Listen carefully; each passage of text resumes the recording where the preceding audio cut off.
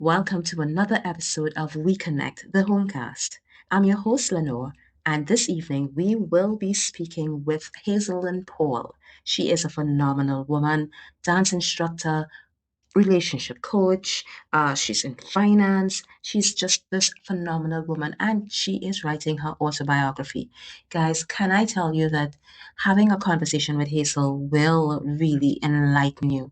And guess what? She's dropping over to our house. She's coming to visit and to chat with us on the Homecast. Let's go. So, Hazel, Mm. tonight we are talking about being a woman and what shapes our views of womanhood. Mm, I was um I was like a little princess. That's all I remember. Because my mother used to dress me up in print. I was like in everybody's wedding. I was the flower girl in everybody's wedding. So I had tons of dresses. So this is the dresses I would wear at home. I just wear all these princess dresses and shoes. Oh my gosh. I was actually the total opposite of that.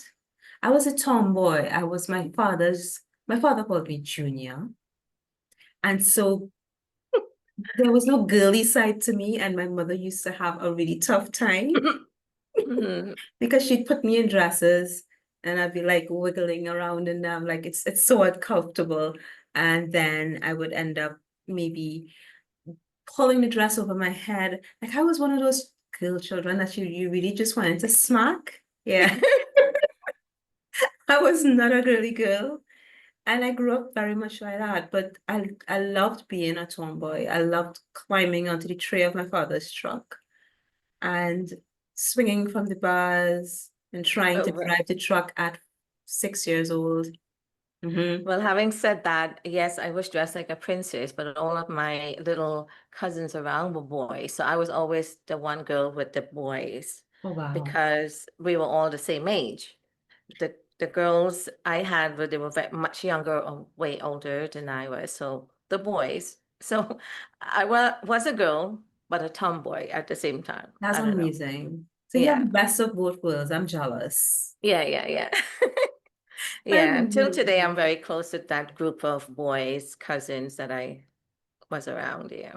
And we have that in common because I had a lot of male cousins. My dad's Mm-hmm. quote unquote favorite sister. And if my other aunt hears me, she's going to kill me. But right. But she had a lot of sons and they were like older brothers to me. Mm-hmm. And I spent a lot of time at her house as well. So just like I said, on motorbikes, mommy, I'm sorry, but on the motorbikes, and running to the beach early in the morning and playing basketball and Yeah, stuff like that. Like I really grew up with a lot of guys around me. And right. my poor mom, she longed for a daughter with pigtails and dresses. And she tried. She tried. Mm-hmm. There's evidence of her trying.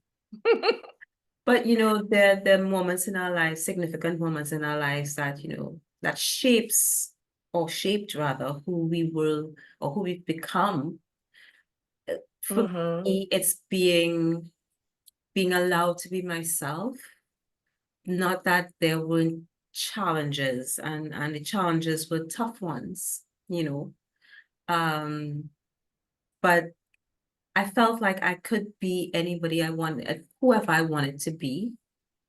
And then things changed when my parents separated. So that as Mm. well shaped my outlook as a woman. So what significant moments could you say shaped your perception of being a girl in family dynamic? I think I would say so I have a lot of girls around me, but I was always that child that we grew up in a very strict home, so I couldn't really be me. Mm, So the girl I was, sorry, excuse me, the girl I was then was because I had to be what my right. family What wanted was me to be. expected? But I would say I didn't really know myself then. I just went through the motions. But I think when I really truly started to know myself is when I became a mother Oh, and that's then became a single mother. So now I really had to come into finding your full being. me, who I am. I didn't know who I was even when I had kids. I think it's after I became a single mother is when I started to see who I was and what I Mm-hmm. want and what I need, and Mm-hmm. those sort of things started to reveal itself to me. And I think I could say at that point is when I started to know me and become me. Before Totally. that, Mm-hmm. I yeah, I was a girl, I was a daughter, I was all of that stuff, but it wasn't me. It was what I had to Who they be. wanted you to be. Yes. Yeah, I get that. I get that. And there was a lot of that. I don't think as women we come into our full being until we have shed some things and shed the expectations, the weight of the expectations of everyone else around us. And Yes. unfortunately, I think a lot of women don't actually get to that point until it's like a lot later in life. So, Yeah. mm-hmm. Because I think the same, because my coaching had now, I realize I can see in people that Yeah. they are not themselves because they never had an opportunity to really sit alone with themselves. Because if you're doing Mm. what your parents say and you're following all of those things, you're thinking this is who you are, but this is not who you are until you're really alone. Oh boy. Only when you're totally alone with yourself and you have no parents to tell you what to do, not to Yeah. do, or you have the freedom to just be who you want to be, is only then. And that comes for some people when they leave the parents' home. When some people went from the parents' home to marriage, just like me, so Yeah. they still don't know who they are. They still don't know who they are. They are trying to find themselves, but there's pull and tug that's happening because you still have the the Connection. that thing you always follow, Yes. and you that is pulling on you, and then you're also trying to figure out who you really are, and that's pulling on you. But until you're really allowed, and I try to say in relationship, like you have to give each other the space to be who they are. Yes. Because if you don't do that, you will never really have that person fully because they don't even know who they are. Correct. There So, must be room for growth, for personal growth and yeah. expression, and even testing. Okay, so I think I'm like this, but you know what? This is not really feeling comfortable. And I have the freedom in a relationship to be me, to try something different. Not, and we're not talking drastic, but you do like something I always told my daughter, and we had a conversation recently, and I said to her, when I was 20, I thought I knew everything. When I Mhm. was 30, I realized at 20, I was the dumbest tool in the Yes. Then I turned 40 and I was like, oh my gosh, I wish I knew then what I know now. And it progresses. I'm not going to go up in numbers, people, so don't look for any more figures.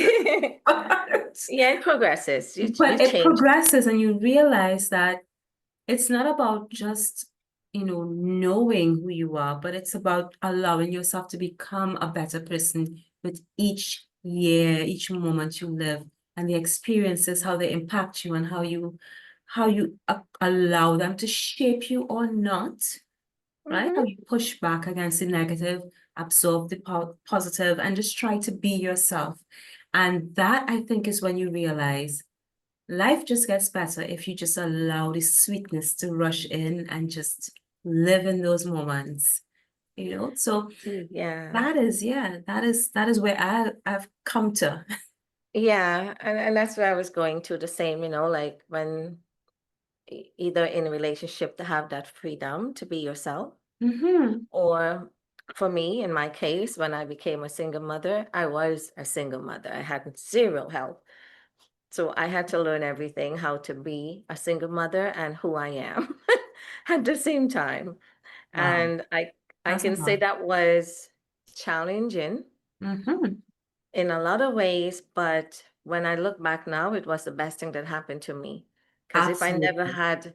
had that opportunity to be me or to learn about me or to see my strengths and my weaknesses and all that on my own without no cushion, nobody to, Yes. I had to learn this on my own. I think that was the most powerful thing that ever happened in my life.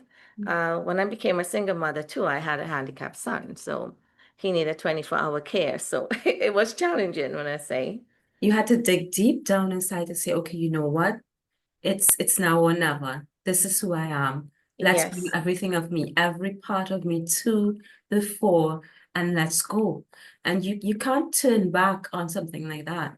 You just have to yeah. move forward. And you And in can't that even allow yourself to crash because who's going to take care of the most precious things in your life?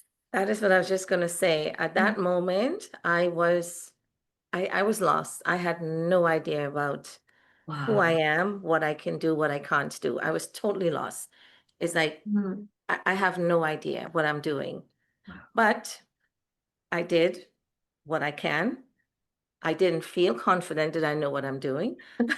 But when I look back now, I give myself a lot of grace, a lot of, Yes, because I realized that all I could have done was my best, and that's what I did absolutely. with the grace of God. Because a lot of time people ask me, "How did you do that? Oh, How did you?" And the only answer could come out of my mouth is, I really don't know. God carried me through this. Because if you ask me, I really cannot tell you exactly.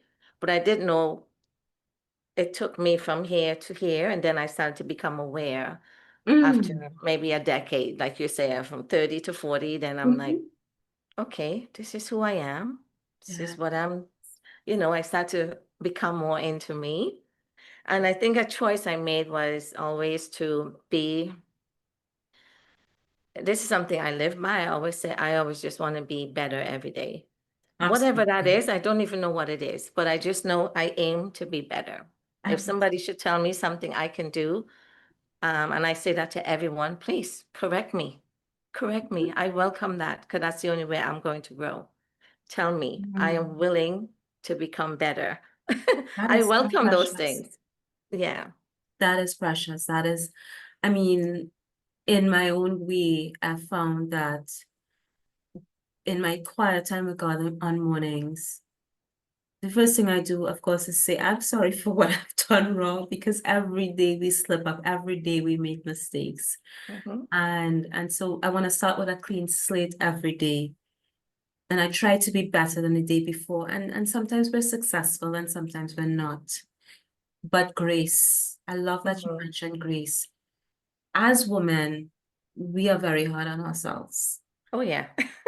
And for me, I know that part of that is because everyone had so many expectations for me and placed so many weights on me for what they expected of me that I took those on fully and started and carrying those for all the years that I've, Mhm. gone to school and your studies and on the job and all these things, and you wanted to be just who they said you were and who they wanted you to be. Mhm. And but at some point it becomes extremely difficult to carry everyone else's expectations, especially when you have your own expectations, or sometimes unfortunately we have none because we weren't taught to have expectations for ourselves. Right. And then you hit a wall. You hit a space where there's no going forward from this space. You're going down. You find Mhm. yourself hitting what we call a rock bottom. And so my rock bottom moment carried me to a place where I I had to make a firm decision as to who I wanted to be. But Mhm. I didn't have the strength, nor the direction, nor the clarity as to what that would look like. And I had to just fall into God's hands. That rock bottom moment really allowed me to understand the scripture that says it was good that I was afflicted, because out of that, There was a seed planted, there was growth, there was strength, there was an awakening, there was realization that there is another individual in here somewhere who has expectations of herself, who had dreams, things that she wanted to do. And as difficult as that period of life was, I don't regret it. I actually embrace those memories because it reminds me of how resilient I can be and where I can go with that resilience, so that when my business gets a little bit rocky and I'm thinking, okay, I'm about to lose this client, but I have to look for, like, you know what, I can do this. I did it before, I can do it again. And with God, I can do all things. So Yes. those rock bottom moments came for me in relationships. And I'm sure you have your own stories if you'd like to Yes. share. Yeah, I have a lot of rock bottom. And I would say the same with you. I think God, those rock bottom, it really, how you said it, it's like you you have no choice but to just let God lead you. And I don't usually say, when I look back now, I tell people, I try to tell as much people as I can going through things, that if you could just trust that this is Oh happening gosh. for you, you will experience something very different Yes. than thinking, oh my God, why me? Because I was in that space where I was like, why me? Why me is just suffering. If you trust in God and you believe in God and you say, okay, this is happening for me, I know God want me to learn something from this, you will receive so much. You will. But And that's the most difficult thing to do in that time, right? well, I could say back then I didn't have the knowledge I have now. And what I'm telling you now, I didn't do that back then. I wasn't suffering. I was like, why me? Yes. Right? And if I had this knowledge, just simple knowledge, Yes. this experience, whatever this is, it's God. It is. God want me to learn something. Whatever it is, it seemed hard, it seemed whatever, but trust that God is with me. God is wouldn't he's never away from me. He is with me. Right. And I think even for myself right now, any challenge I face, it doesn't matter what. People always ask me, why are you always so happy? Why are you always smiling? Did you ever get angry? Does anything She bother really you? is always happy, guys. Like, ooh. So I usually say the same thing I say, so because God is always taking care of everything. Yes, If my car break down, I am not flustered. I am not stressed. I just say, God didn't want me driving today. girl. And I smile and I'm thankful and I'm grateful and I'm very happy for this awareness that I am aware Yes. that rather than forgetting God and going into the space of, Of oh my panic. God, why me? And da da da da. Like I don't do that anymore, because I truly believe God. every experience of my life, God is with me. And Yes. it's happening for me and not necessarily in that other space. Mm. My perspective, that perspective have totally grew the trust, because it's always fulfilled my trust. Like I see where trusting this process, what I learned from it, what I experienced from it, I see it now. Because if I wasn't in that space of trust and I was just in, oh my God, why me? I will miss the whole lesson. I would miss what I'm supposed to learn. Yes, I would that's not so true. receive the blessing of the moment that was meant for me. I wouldn't receive it. Exactly. And I can see why coaching comes naturally to you, because not many people get that lesson that, okay, I'm here, I've gone through this, I've learned Mhm. this, I've come out on the other side, and guess what? I have something of value now. Yes. That fire has just, refined this gold, and I can offer it to you. I can offer you something that I needed, didn't have, but I was able to come through it. I have this product, I have this personality, I have this personhood, if you will, Yeah. that I can offer to you and make your life better. And that is actually how it should be. But many of us don't, we get stuck in it. We don't move through it. We stay in it and we become bitter. And, that bitterness, sometimes we pass it on to our children, our spouses, to our co-workers. We literally bleed over everyone because we're so hurt, and the cuts are still open, the wounds are still very much, raw, and we pour out our pain onto others. Yes. But we do, if we can understand the opportunity we have, and it's easy to say, but having gone through it, both you and I, we can say it. Because we've gone through that, because we've come out on the other side, scars and all, we can actually try to prevent someone else from dealing with everything that we've dealt with, from absorbing all that pain and that hurt, and stop short. And as you said, I love the fact that you said that while you're in it, recognize God in it, so that you can see it for what it is. It's a refining, it's a sharpening, it's a building up of you, the person, and who He wants you to be, and then how you can be of value and live in your purpose. And I love that.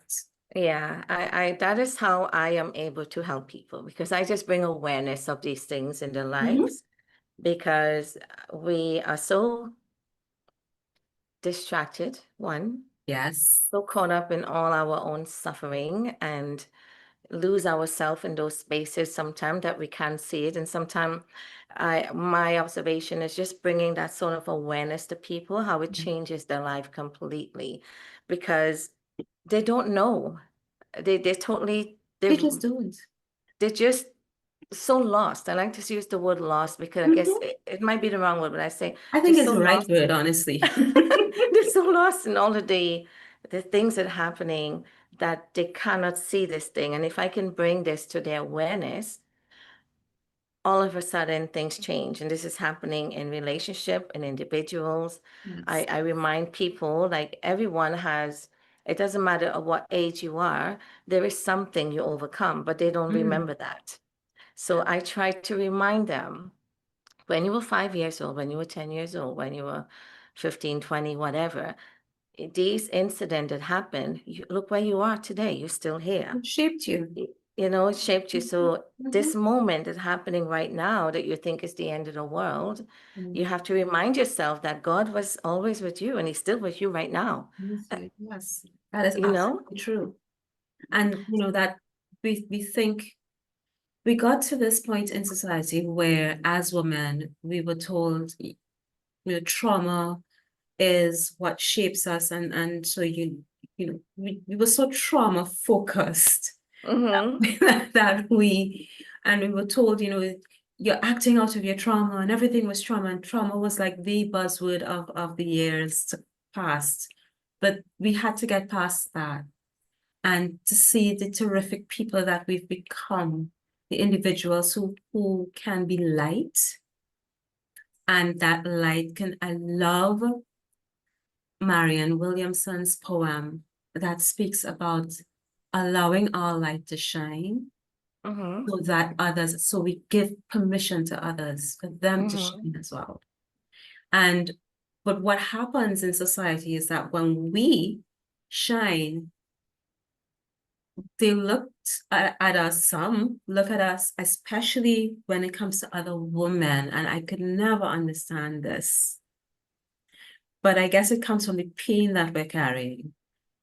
Other women will turn to us and, why are you doing this? Why do you think of yourself so highly? And instead of lifting each other up, we start pulling each other down. Yes. But I believe that is from trauma, from our upbringing, from the things that we were told. Do you remember hearing girls should be seen and not heard? Mm-hmm. I grew up hearing that. Yes. So you Yeah. must look the part, but you must not be heard. You don't have a Yes. You voice. don't have a voice. Yeah. I lived that life. Yes. Right. And now I'm talking more than I ever spoke. You know, but like, so when you think of the things that impacted you, that you have learned in a nutshell, not giving away all your notes because you are writing a book. She is a budding author, guys, and she's writing an autobiography. And once that book is published, she's going to be back here. I Yes. promise you that. But if you can give us, just sort of like a hop, skip, and a jump across your life today, the people that impacted you, the way they impacted you, and what you learned, whether it was a good experience or not so good experience. Mm-hmm. Wow. There's so much. And that's why I said hop, So skip, and much. jump. Yes. Well, I would say, yes, I was lost and now I'm found, Mhm. for sure. It started, I think, when I was 25. I became a single mother, 3 kids. Three Um, kids. Okay. three Right. babies, literally, because they're one and a Wow. half year apart. So there were three Oh, wow. babies. That's a lot.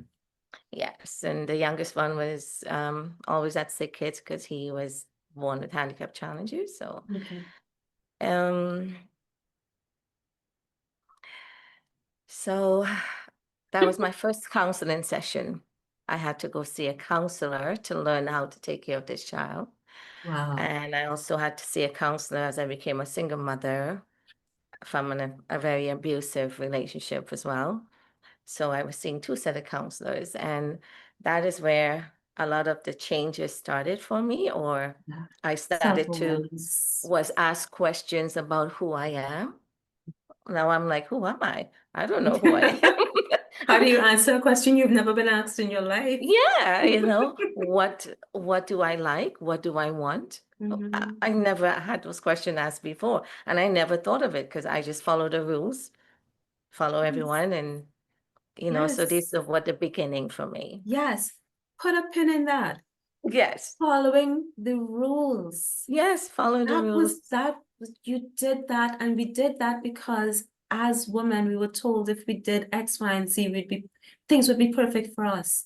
How Yeah, many, how you're a good many woman. times? And you'd be a good girl and you'd be Yes. rewarded. And we did that, and we ended up in the biggest mess.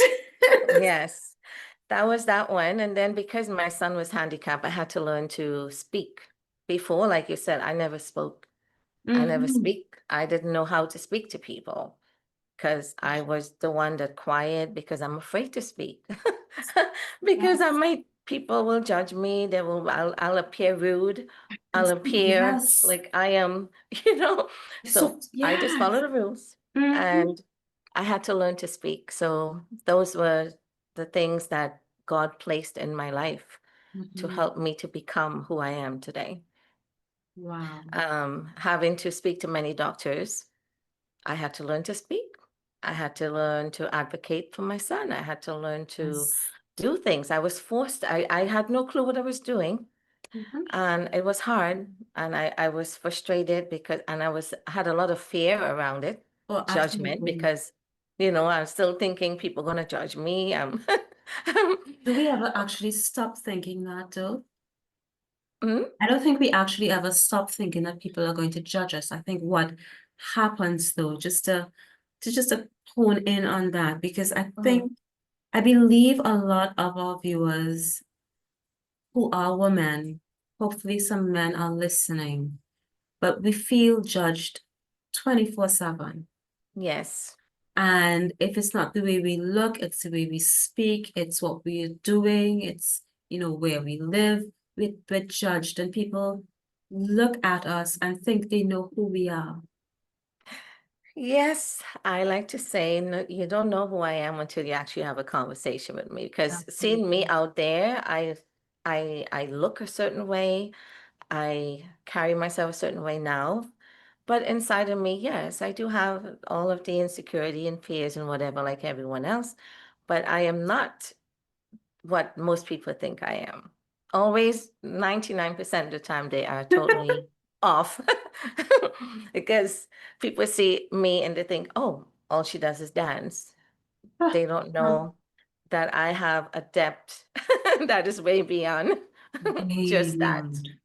Way Way, beyond. way. I got a glimpse of that. So, guys, we met at a business forum, Yes. and I don't know, I guess it's God, because I Yes. was drawn to her, she was drawn to me, and we just started this conversation, and we realized, oh, wait, that accent sounds familiar. And we realized we had some things in common, and we just hit it off. But there was a richness to your personality and to your presence that was unmistakable. And as you said, until people get to know who we are and have conversations with us, they don't really know what we're capable of. They don't know our strengths, but only God knows that. And it's been dumbed down, if you will, suppressed by the experiences that we've had. But here it is, you're telling me that you've had this really tough, and that's putting it lightly, situation. Yes. And but here you are shining. What would Yes. you say to your fellow sisters out there who are in the midst of it and they have no support systems? Well, that you're talking to me. I had no support system. Um, whether we have support system or not, now the knowledge I have, we have God always. Amen. And that's all we really need. And if we But stop here, that would be just like everything. I could just crop that and that would be the whole thing. that's really all we need. But we really, a lot of people say, yes, I believe in God, I follow God, I whatever, I'm Christians, whatever. But I look back now and then be like, well, if you really believe in God, you have to believe that God is with you through this. And this is all you need, because Not nobody you else can calling help them you. out. No. No one else can help you. Like, really, I have done a lot on my own, and I cried a lot because I was looking for help. I Girl. was like, nobody helps me, nobody cares, nobody. Everybody abandoned me and my kids. And I felt useless. I felt horrible. But Yeah. that suffering have taught me that there's a God. Like I said, when people ask me now, and I look back, it's only now I be like, wow, how did I do that? The only explanation is God carried me through. God helped me. God kept me alive. God kept my kids alive. And now I say to people who are there in that place and saying, oh, nobody cares, nobody. You have everybody with you if you have God. If you really believe God, you have everybody with you. And God do send people into your life, but you have to be open to receiving. Because my observation is God is always talking to you. God is always showing you, always guiding you, always with you. But we are so distracted and not open to receiving God that we pass all of the people who are supposed to help you. People come into your life to help you, but you push them away because you're like, oh no, you can't see. This is God, or and that is something I tell people. And if I didn't open myself, I would not. I had no choice. I had to survive, and I had to hold on to something. I never lost my faith in God. That is one thing I'm grateful for that my father taught me at a young age. Wow. At a very young age, I think I was probably like 7 or 8, or maybe around 9. Tell Because us about that. huh? Tell me about that. So yeah, I grew up in a multicultural home. My father from India, my mother is Black and mixed Latin. And so how to say, I had a lot of, I always was the good child. I was an obedient child. Mhm. I wasn't the child that was rude or my sister before me was rude. Like she would tell you bad things. Me, I don't speak because Yep. I'm afraid. Um, but bad things used to happen to me. So you'll Mm. know about those bad things in my autobiography. But right Yeah, now, you'll read all about her story when she's ready. yes. So, and I remember asking my father one day, why do bad things happen to good people? Because I Yes. always hear, do good and good will happen to Happened you. to Do you. bad and bad will happen. But I'm always doing good, so why bad things happening? Oh I don't gosh, girl. understand. Yeah. So he kind of told me a couple of things in that moment. First, he said to me, you know, whatever you do, whatever happened, do not lose faith in God. Mhm. That's all he ever said to me in that one statement. I don't really know what it meant at that time because I'm young, right? But I remember that. Never lose your faith. And the second thing he also said to me was, I think I just shared with you, but it was like, God is using me as Yes. an angel. Yes. And, so I am God's child. He is. So I just thought, well, okay, everything happening to me, God is using me to test other people. Um, Whether that's true or not, that was my thought process. But the point I want to make was he taught me not to lose faith. So all my life, even though I never went to church often, I went to church, but not often, I prayed every day. mhm. Morning and night, I prayed because I always had faith in God. I didn't really uh, believe at some point God was with me because I was Yeah. suffering so Yeah. much. That's But what happens. the one thing I always look back and say is I still prayed. Yeah. I still God prayed, honor that. even though it was like I still prayed. I still faithfully prayed. Yes. Um, yeah, so that is one thing I try to tell people Mhm. that you have to have faith in something, whatever it is. So have faith that that breath you're taking, the Yes. life you have Yes. right now, you're alive, to be grateful for it because you're alive. Absolutely. Whoever you want to give thanks to, I'm not going to tell you, but Yeah. this You had the taste. I say thank you to God because that's my Yes. faith. Yes. But if you can hold on to that and know that you're alive and you're experiencing this, and Mhm. whoever, whatever you want to call it, that's keeping you alive, it's always with you. That's it. And you know, the thing about it is, the Bible tells us that God will never leave us, He'll never forsake us, He'll never abandon us, and He will never fail us. Right. Those are the four things that I hold on to as well. Because when you're in the middle of, I call it the ocean, Mm-hmm. and I can't swim, so then that is my worst scenario. And you don't have a choice. There's nothing to hold on to that is physical. Then you have to hold on to the spiritual. You have to hold on to the reasoning that says, as you shared, I'm here, I'm breathing. So something else is keeping me alive. I'm not doing it clearly because the way I feel now, I'd rather Mm-hmm. not be here. I mean, many of us have gotten to that point. Yes. So when you're in that space, but you're breathing and you're seeing, you're hearing, you're experiencing, then there's something else that is causing that is allowing that is carrying you. And your conclusion has to be, if depending on your belief system, but we believe Mm-hmm. in one God, so we believe that it's God carrying us. And he's carrying us through it. And as I said earlier, being bitter is when we stay in it and we marinate in that pain so much so that it's now coming out of our pores like there's nothing else to us. Mm-hmm.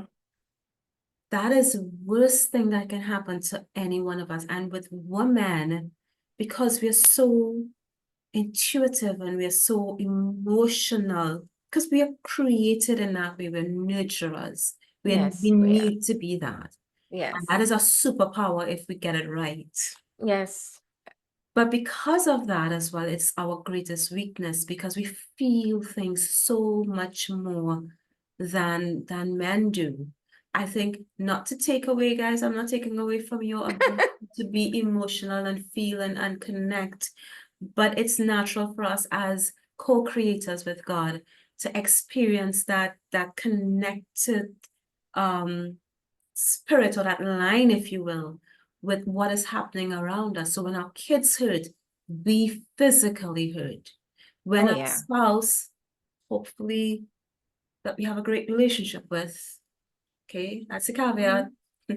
When they are in the midst of something, we feel it, we experience that. When our parents or siblings, as women, we carry this extra ability, the sense to be able to connect on that level. And I'm not taking it for granted, rather, that every one of us has that. There are many women who have kids and they just can't connect. And there's so much going on in the background of that. But not everybody gets that. But the majority of us, that is who we were created to be. So how can you go through a painful situation and not feel it even more so? And what gets you through that painful situation? And hearing people like us sit here and talk about, oh, but you get through it and God takes you through it, but you're in the middle of it. I want to say that there are other women in your life that can help you. And Yes. as Hazel was sharing, reach out to them, be open to that help. Don't allow yourself to be swallowed by the hurt and the pain and the challenges that you're going through. And I'm being nice using the word challenges because some of us are going through some really tough situations Yeah, so that I even think threaten our lives, right? so all of this is what led me to be so passionate about helping people. Because About that. because I have come to the realization from my own life experiences that some of us, including myself, fortunately, I was able to bring myself out of it with listening and receiving God's guidance. Yes. And I say that only now because when I look back, if I didn't do some of the things that I said I just did it, I wouldn't be where I am. Like God led me to doctors to heal me, to counselors to open my awareness of things. Yeah, to different professionals, to different even one of my students that helped me on my spiritual journey so much that he just came in, and after the first couple of class, he keeps saying, wow, you just changed my life. Like everything you say is what I need to hear. And it's like, it was like, I hear all your I can ask, dad. I hear your dad in that. yeah, all I could say is, when he's like, how did you know this is what I need to hear? And I say, I have come to the realization that people over the years have told me the same thing, like I changed their life. And all I can say is, it's not me, it's God talking through me. You were just open to receiving it from me. Right? If you were not open to receiving it from me, you will not get it. So I had to be open myself to receive from him and other people in order for me to be who I am today. And I think that is what I like to bring awareness to people. Like God is always talking to you. It might, if it's not me, it's someone else, but I want to bring it to your awareness. You have to open your mind to different people, even the strangest people that might show up in your life that you may think, you might go into judgment mode and be like, we do that. Because I've done it. I'm telling you, there was a coach, I don't want to call him, but I went the first time, one of my students recommended me to go to see this man because they're older, they're like in their 70s. And I'll give you a quick story. I had a relationship that ended, and I went and he always spoke so highly of his wife, and I'm like, where could I find a man like you? I want someone to speak of me this way. And then Girl. he sat with me, but he was also a coach, but I didn't know he was a relationship coach, right? Mm, And then he sat with me for a minute and he asked me a question. He said, well, what do you want in a guy? And my answer was, well, I don't want someone who's going to hit me or lie and cheat and whatever. And those answers revealed to him that I needed, this was like maybe like over 20 years ago, mhm. um, that I needed to uh, like there was some trauma in me that was Right. in that space, Blocking which just you from yeah, right. being, yeah. Now I'm saying why I'm going there is that when he said that to me, and then he said, oh, I will connect you with a friend of mine that are really good with people with traumas. And I was like, what is he talking about? I don't need no help. I'm Girl. fine. I'm just Girl. saying. I'm like, it's not me, it's them. The man is the problem, not It's not, me. why are you telling me about So I'm yeah. sharing the story because that's just tell you how people we lose. Yes. Like if I say to someone the same thing, they will just totally shut it down. It's like, no, I don't have a problem. Mhm. But No. I was open. I pray every day. And I always say, God, lead me to all these different And then he people leads for the you changes to happen and for me to become the best coach I can be, because I had to be able to be coachable in order to coach people. I that had to be open to absolutely. it so I can learn and see what other people need. So when I went to the guy, and if the first two times I was like, why am I going here? This guy's weird. I don't know what he's talking about. I don't want to be here. I'm not going to lie. And then, but when I come home and I pray, something keep making me go back. I'm Mm. driving there and I'm talking to myself, I don't want to be here. I don't want to go. Why am I going? I'm not going to this he's not doing nothing for me. But I'm telling you, that little thing that say go, I went. Yes. He is the man that really started my journey into understanding that yes, I had to look within myself when it comes to relationship because I never had any good relationship. I was with Mm.